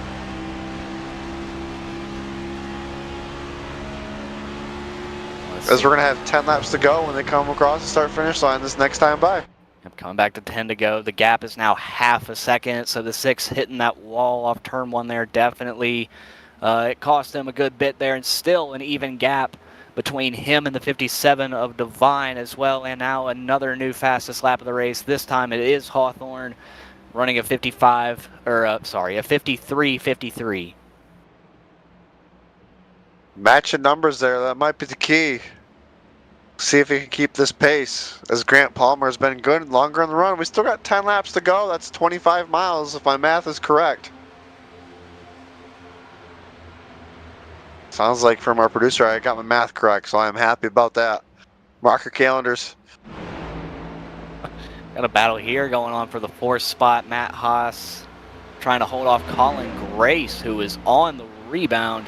He just set his personal best of the race that last lap, and he's going to take the 4th spot here, and this is quite the rebound for the 27 car. I mean, he was down and out in my opinion, and honestly, if we had a caution here, he might be able to get himself in the picture for this thing. Caution would really shake things up. Obviously, nobody wants to see it less than our leader in 7, Hawthorne, right now. He's got half a second on Grant Palmer, who himself has stretched out on Divine.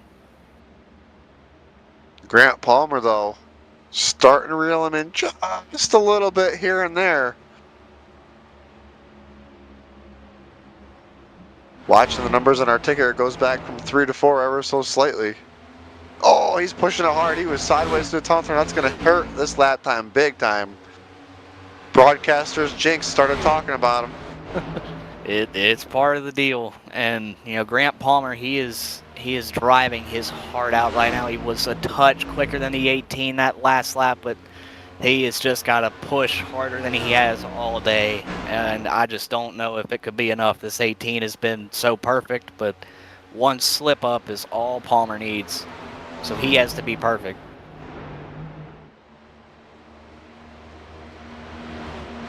Definitely not down and out. I tell you what, He's ever so slightly. You're off turn 1. He's got it down a couple tenths from just even when they were at the finish line that last time. He's doing a great job following his draft. We're actually now more ahead of time than we were last time when he lost all that time here. As you can see, it looks like he's struggling through the tunnel turn. Yeah, I think. But we're still not gaining here.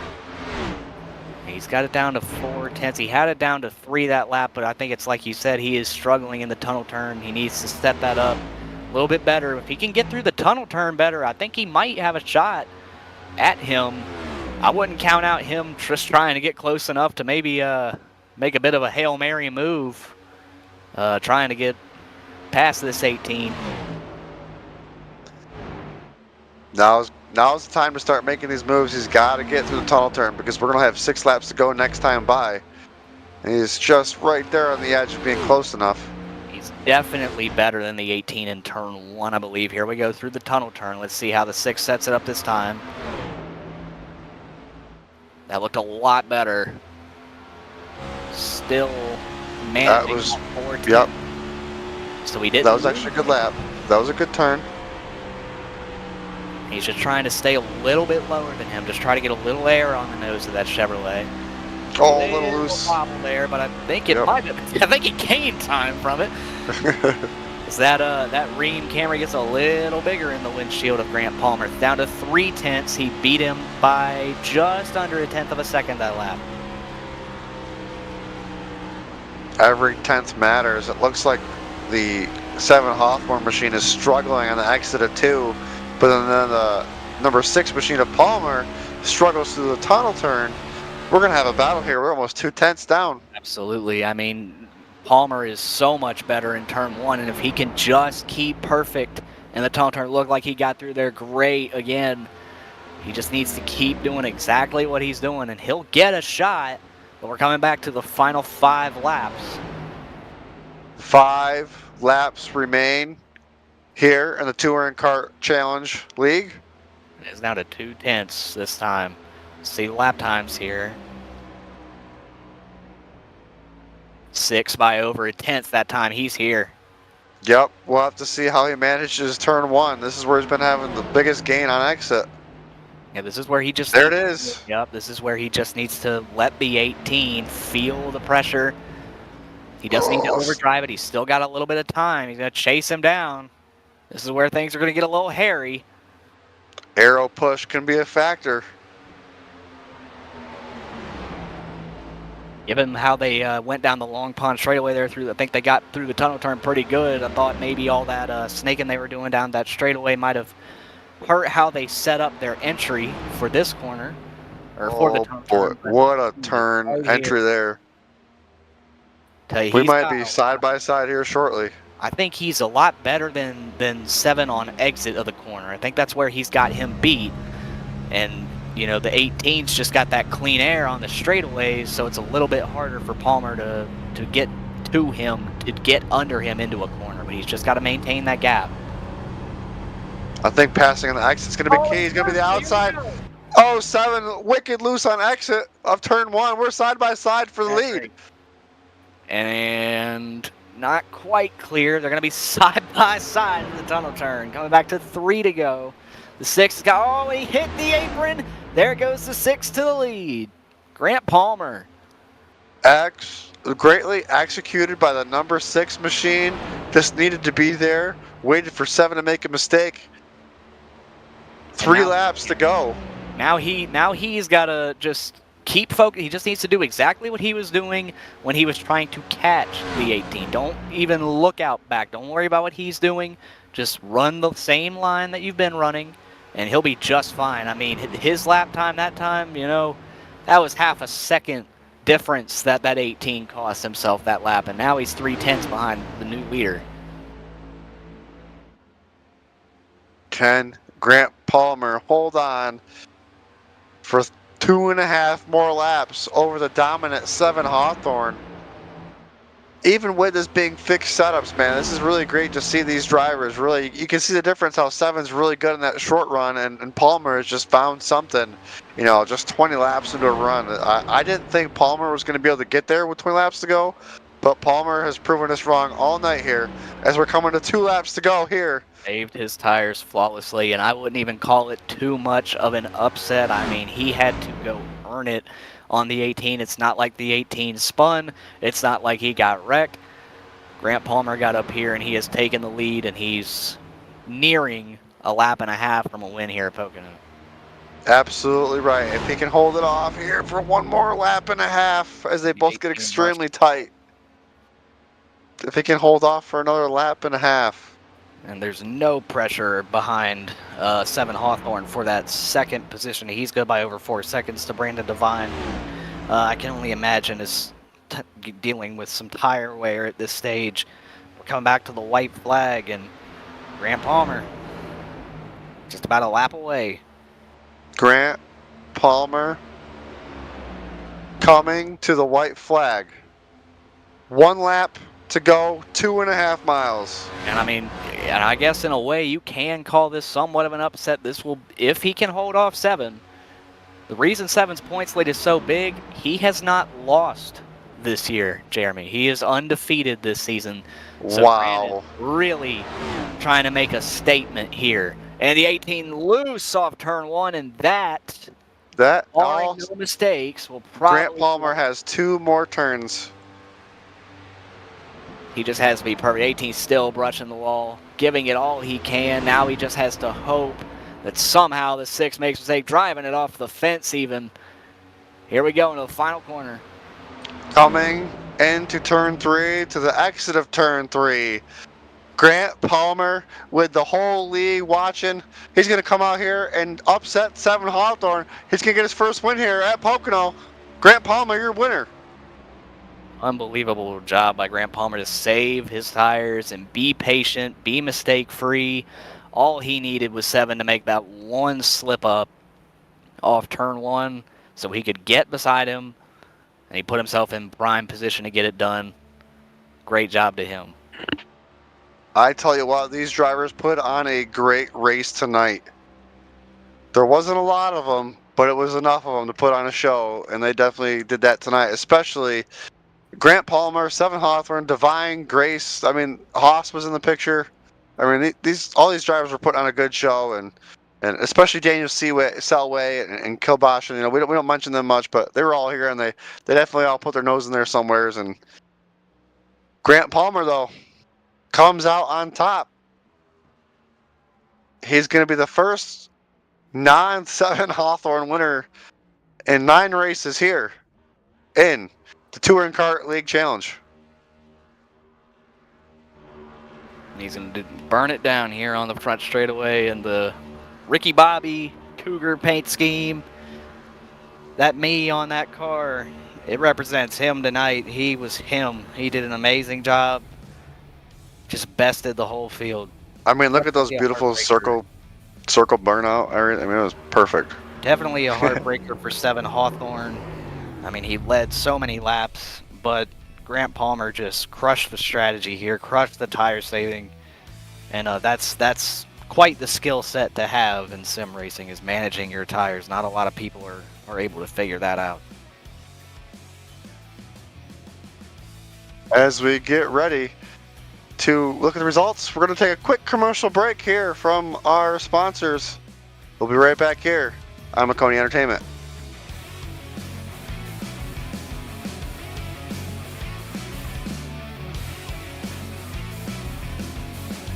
Want to be the best, you can't settle for the rest. For anything on iRacing, there's just one name you need: Maconi. With the launch of Maconi Entertainment and Maconi Competizone alongside Maconi Setup Shop, we now provide the best of the best in setups, paint schemes, coaching, broadcasting, and event organization. With cars across all 4 license classes, we have what you need to hit the track with confidence. Grab a subscription and save money while going fast at MaconiSetupShop.com/subscriptions. And remember, at Maconi Setup Shop, there are setups, but your victories.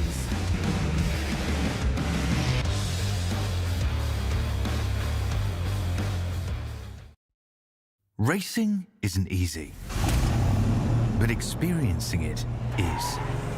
iRacing puts you in the driver's seat with the industry's leading sim racing game. Drive on laser scan replicas of the greatest racing circuits from around the world.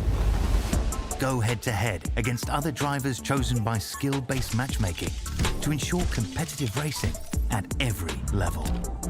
Compete across all your favorite series. In officially licensed cars, engineered to deliver the most accurate driving experience possible.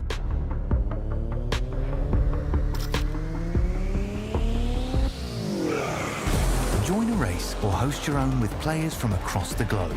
Race against the computer or in a league with friends. Feel the thrill behind the wheel. Visit iRacing.com.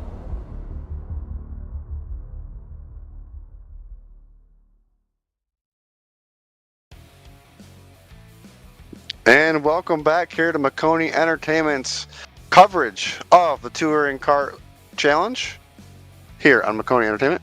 We're going to take a look at our results tonight as Grant Palmer comes in with the upset of the season. And I mean, he put on a clinic and he made it there at the end as he is our winner. 7 Hawthorne was second, our dominant car all season long, and tonight just falls almost a second short. Brandon Devine put on a good fight with third. Colin Grace was fourth. Ryan Kilboshin was fifth. Sixth, Daniel Selway. Seventh, Matt Haas, who was also up towards the front and just guess the luck ran out there towards the end. Colin Good was eighth. Christian Barker was ninth. And there's definitely a bummer for Matt Haas as well. That damage at the end, I think, really put him in a bad spot. Unfortunate to come out 7th. Like we said at the top of the show, the top 3 starters at this race were the top 3 in points. And 7 Hawthorne definitely did not lose a ton of ground here today.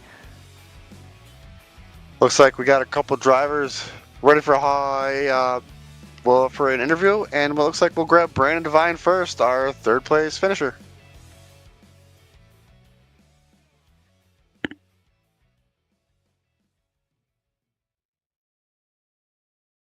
Brandon Devine, boys up in the booth. You got a copy?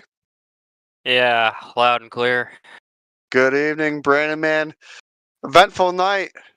Lots going on. You had to use a fast repair. You ended up finishing 3rd. How was your night? Walk us through it. Well, I'm actually happy to say that I actually did not need to use my fast repair. They Wow, okay. they gave me I'm not even exaggerating when I say this, but I had 0.5 seconds of optionals. I might be the first person in iRacing to ever have that, but yeah, we weren't the best in practice, weren't the best in qualifying, but today we soon get into the race, and we kind of prove it goes back to that old lesson of it's the race that matters most, and I gave it everything. What can I say? Good job to Grant Palmer. He's a really skilled driver, and obviously good job to Seven for putting up a good battle too. I mean, I led like 4 or 5 laps. Progress is progress. I'll take getting third over ending up bringing this car back on the tow truck. So there's that. Absolutely. Brandon, I did want to ask you, we saw that, the caution that did lead to that little bit of damage on the right side where the 10 car got into you. What happened there? Did you just get out of the gas and he had nowhere to go? Because that's what it looked like on our end.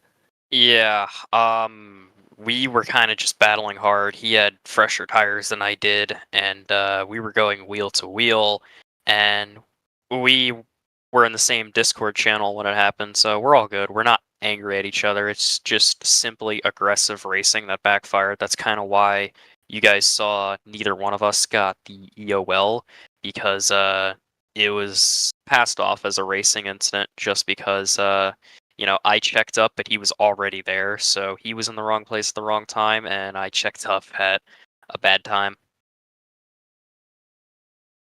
Awesome, Brandon. Well, great racing out there tonight. Who do you got to thank for tonight? I'll thank Touring Kart Championship for this event, and I can't wait to participate in the Stadium Lights Challenge at Raceway Park in New Jersey. I'd like to thank Kart with Friends for giving me their support. Unfortunately, our New Jersey Motorsports Park meetup was canceled by NJMP due to a lightning warning, despite there being no lightning in the area, but it is what it is. It was a really good race. It was a really good race, but it happens. Gonna take third, but hey, Daytona's next week. Awesome, Brandon. Thank you so much for your time, and congratulations on a third place finish. Yep. Next week, win it or wreck it. Hopefully, we'll see you then. Yes, sir. Our third place finisher, Sean. I'm going to bring in our second place finisher if you want to lead the way on this one. All right. 7 Hawthorne, Shane Mundy here with Maconi Entertainment. Obviously, a bit of a heartbreaker here tonight. Grant Palmer getting by there late. What could you have done different here? I don't really know. We started losing handling in every single run. We started getting loose off 3 at first, and then it spread to all the other corners. So, very disappointing. Losing races like that is unacceptable with the playoffs coming up. So we gotta really fix that and go out there and win some more races and try to recover. But this one's gonna hurt for a while. But appreciate all my guys, Toyota, Reem, and everyone for supporting me this race. Now, I also wanted to just follow up with one more thing. You got Daytona next week. So, you said you want to put this one behind you. You're going to the track as unpredictable as Daytona. So how do you approach that one, given, you want to rebound from here, but Daytona's a tricky mistress? Well, so far in TKC, we've had a streak of winning every single restrictor plate race, so I feel very confident there. But, confidence don't really mean too much in your car because anything can happen at Daytona. So we'll go out Daytona, we'll try to win that race, and the rest of the season, we just gotta work out on the closing out races better. Can't let anything like this happen again. So yeah, very disappointed with today's race. And yeah, we'll go to Daytona and rack them, stack them, and try to win that one. All right, you got anything for him, Jeremy? No, man, you definitely put on a great battle. I liked watching you guys drive really hard there and clean, and it was great to be a part of this tonight. So congratulations for that second place finish. Yeah, great run. 7 Hawthorne. Thank you for your time. Thank you. Good luck Thank you. next week in Daytona. All right. I don't believe I see tonight's winner. With that said, What a night! What an evening! That was my first time covering the Touring Kart Challenge League here on Maconi Entertainment, and I had a blast. What did you think about tonight here, Shane? I mean, Pocono happened.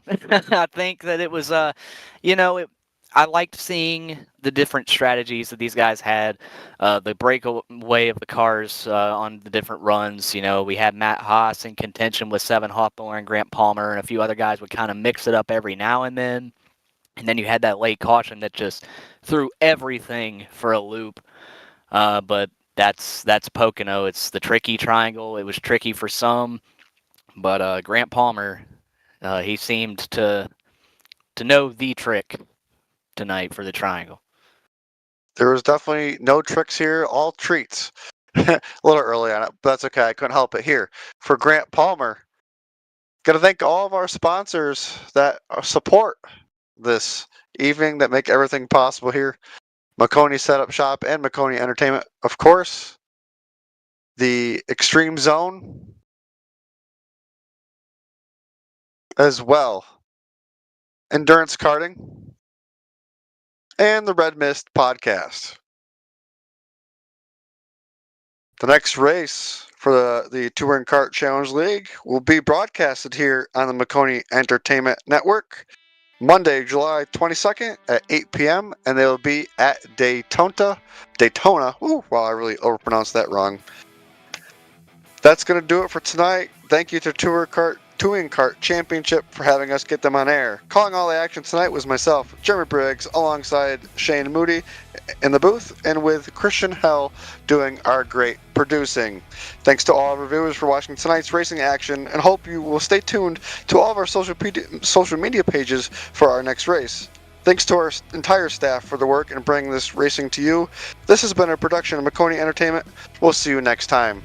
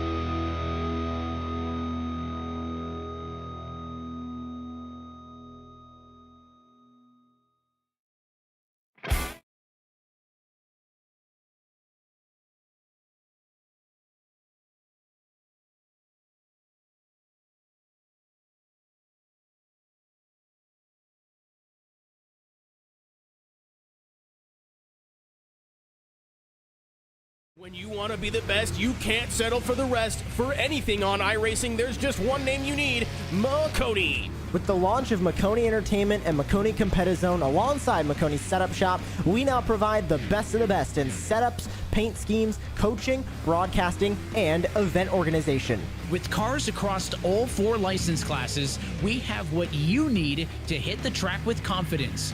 Grab a subscription and save money while going fast at MaconiSetupShop.com/subscriptions. And remember, at Maconi Setup Shop, there are setups, but your victories.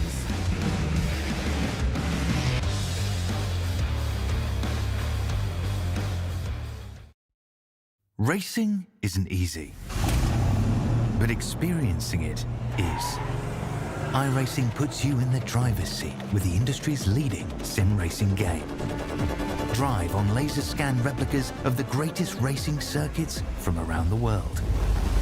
Go head-to-head against other drivers chosen by skill-based matchmaking to ensure competitive racing at every level. Compete across all your favorite series. In officially licensed cars, engineered to deliver the most accurate driving experience possible.